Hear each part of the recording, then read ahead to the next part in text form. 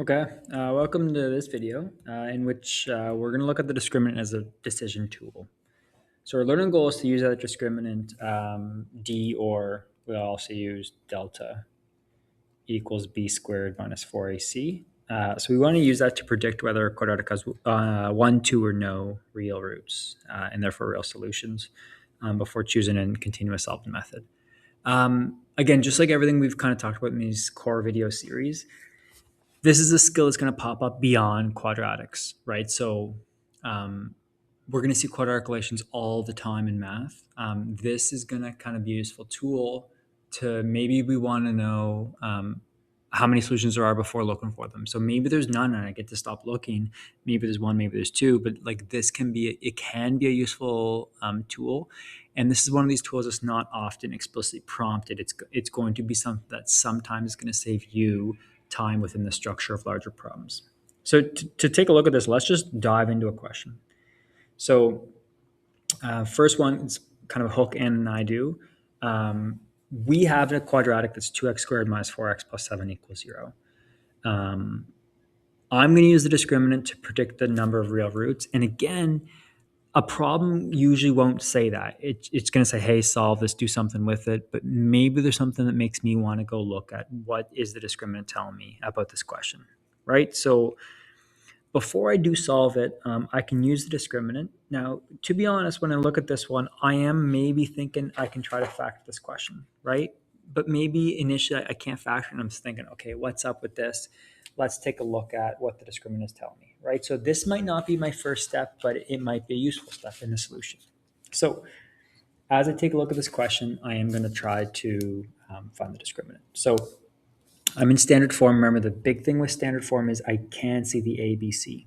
So I know discriminant again is b squared minus 4ac.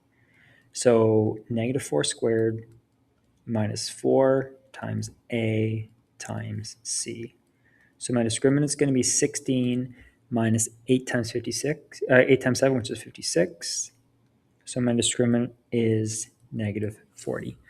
So the nice thing here is I remember my discriminant work, right? So remember, we know if discriminant is 0, that means one real root, one solution. If my discriminant is greater than 0, it means two real roots or solutions. And if my discriminant is negative, I know there's no real roots or solutions. So right here, discriminant is negative. So there's no real roots. Therefore, no real roots. So again, this tells me I'm done. I don't need to go spend time trying to factor a quadratic formula or graph or go look at this thing. I'm done. Like there's no real roots. It's over, right? Now maybe again I got this. Maybe I'm solving a system and I got to this question. Maybe it came up in another context and I got down to trying to solve where did two things hit and I get a quadratic 2x squared minus 4x plus 7 equals 0. I check the discriminant, there's no real roots, I can just stop. Now, graphically, this means I'm not going to hit the x-axis, right?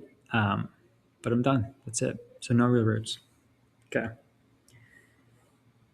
And again, I can see, yeah. So for the graph, I would not hit the x-axis. Okay. Scroll too far. Here's one for you to do. So same idea. So you get a quadratic x squared minus 6x plus 9 equals 0. Again, any context, right? It doesn't have to be a given quadratic.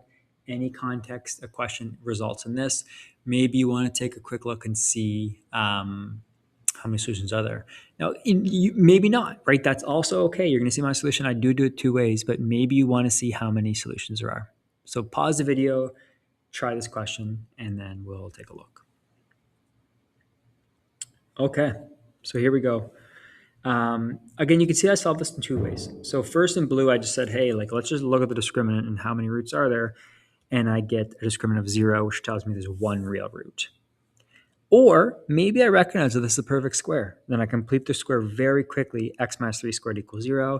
And I can see, hey, look, there's I have a vertex on the x-axis, right? Because I know this vertex is going to be 3, 0, right? So I'm sitting right on the axis, right? So at 3, 0, I'm on the axis. I open up. I can see, like I have that one repeated root. I have the one real root.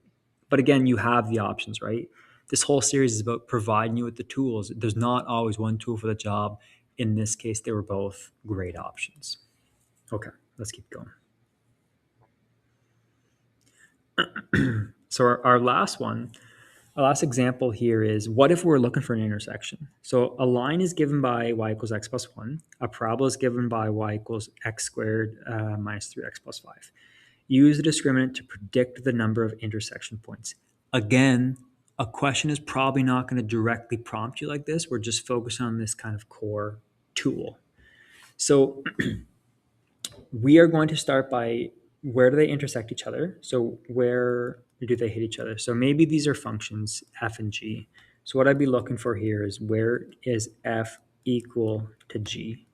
So in this case, where is x plus 1 equal x squared minus 3x plus 5? So I can use my algebraic skills and manipulate this. So move everything to one side. I'd like to keep that x squared positive.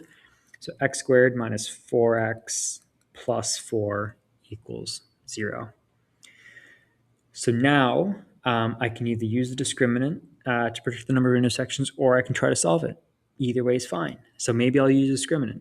So I'll say discriminant is going to be, so b squared, negative 4 squared, minus 4a1c4. So discriminant is going to be 16 minus 16, which again is 0. So what this tells me is, therefore, there's going to be one real root.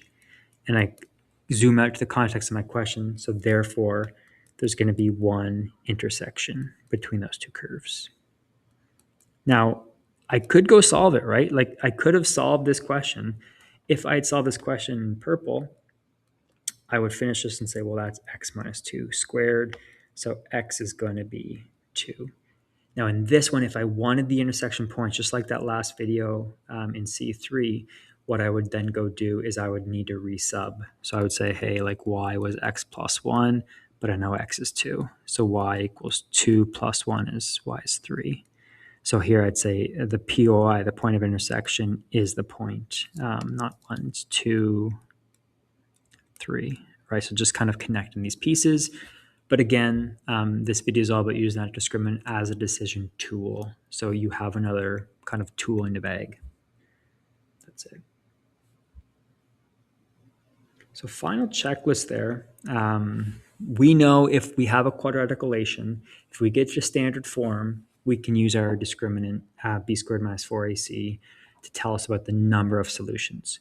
So if it's positive, we have 2 solutions. If it's 0, we have 1 solution. And if it's negative, we have no solutions. And again, like, this is a tool. You don't have to use it all the time. It's useful to use as needed.